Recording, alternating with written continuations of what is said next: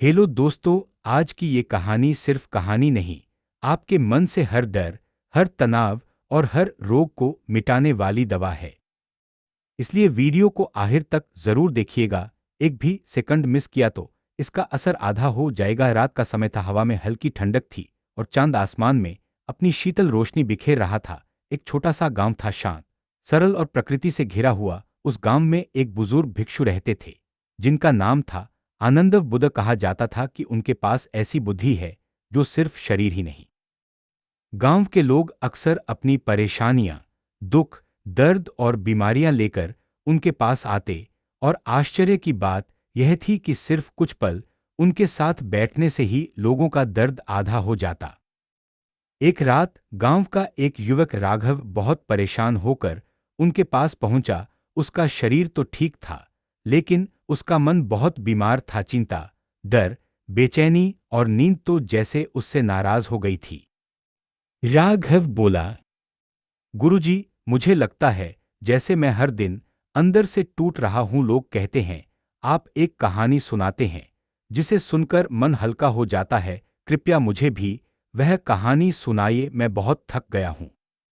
भिक्षु ने मुस्कुराते हुए कहा, ठीक है राघव, आज मैं तुम्हें वह कहानी सुनाऊंगा जिसे सुनकर लोग वर्षों का दर्द छोड़ देते हैं।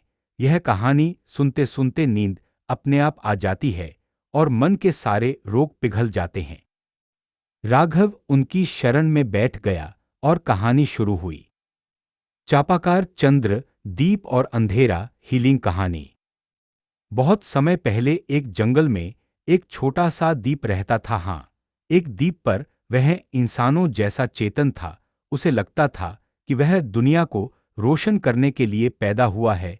उसका केवल एक ही सपना था, मैं जितना हो सके उतना उजाला फैलाऊं। लेकिन दीप के पास एक समस्या थी। उसका शत्रु, वह शत्रु कोई व्यक्ति नहीं था, वह था अंधेरा।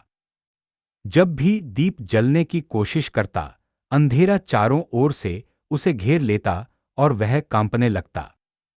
एक दिन दीप रोते हुए बोला, हे ईश्वर, मैं तो बहुत छोटा हूं, यह अंधेरा बहुत बड़ा है, मैं इससे कैसे लड़ूं। इसी बीच जंगल में रहने वाले महातपस्वी बुद्ध आए। उन्होंने दीप को रोते हुए देखा और कहा, तुम क्यों दुखी हो छोटे दीप। दीप बोला, गुरुवर, मैं अंधेरे को मिटाना चाहता हूं, पर वह मुझे हर बार डरा देता है। बुद्ध मुस्कुराए और बोले, अंधेरा कोई वस्तु नहीं है दीप, वह तो केवल रोशनी की अनुपस्थिति है। जिस क्षण तुम जलते हो, अंधेरा गायब हो जाता है। अंधेरा तुमसे नहीं लड़ सकता, क्योंकि उसका अस्तित्व ही रोशनी पर निर्भर है। दीप ने पहली बार यह बात सुनी थी, उसे विश्वास नहीं हुआ। बुद्ध ने कहा, अब एक बार खुद को जलाकर देखो बिना डर के। दीप कांपते कांपते जला और जैसे ही उसकी लौ उठी, अंधेरा भाग गया। दीप चकित रह गया। गुरुवर, यह तो सच है, मुझे कुछ करने की जरूरत ही नहीं थी, मैं बस जलूं, अंधेरा अपने आप मिट जाता है। बुद्ध ने कहा, यही सत्य तो जीवन का मूल है। मन का अंधेरा, चिंता, गुस्सा, उदासी, डर सिर्फ तब तक है जब तक तुम भीतर की रोशनी नहीं जलाते। एक बार तुम्हारा मन शांत हो जाए, ये सारे रोग अपने आप मिट जाते हैं। बुद्ध आगे बोले, हर मनुष्य के अंदर एक छोटा सा दीप होता है। जब वह दीप जलता है तो तनाव पिघल जाता है, पुराना दर्द घुल जाता है, मन शांत होने लगता है, शरीर की नसें ढीली पड़ती हैं और नींद गहरी उतर आती है। दीप ने पूछा, तो मुझे क्या करना चाहिए गुरुवर। बुद्ध ने जवाब दिया, हर रात सोने से पहले अपने मन में यह 3 बातें दोहराओ, मैं शांत हूं, मैं सुरक्षित हूं, मैं प्रकाश हूं। जब तुम ऐसा करोगे, तुम्हारा मन स्वयं ही रोगों को दूर करने लगेगा।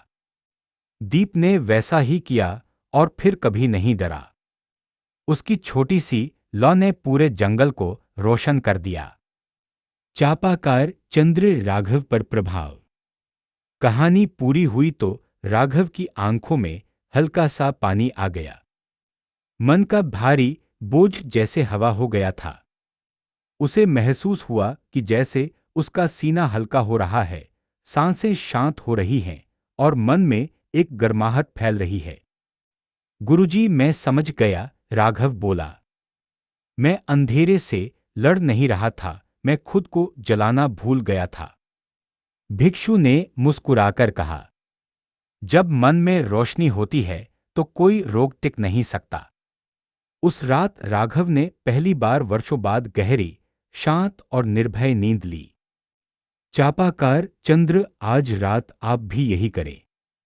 सोने से पहले बस यही 3 वाक्य धीरे धीरे दोहराए। चमकदार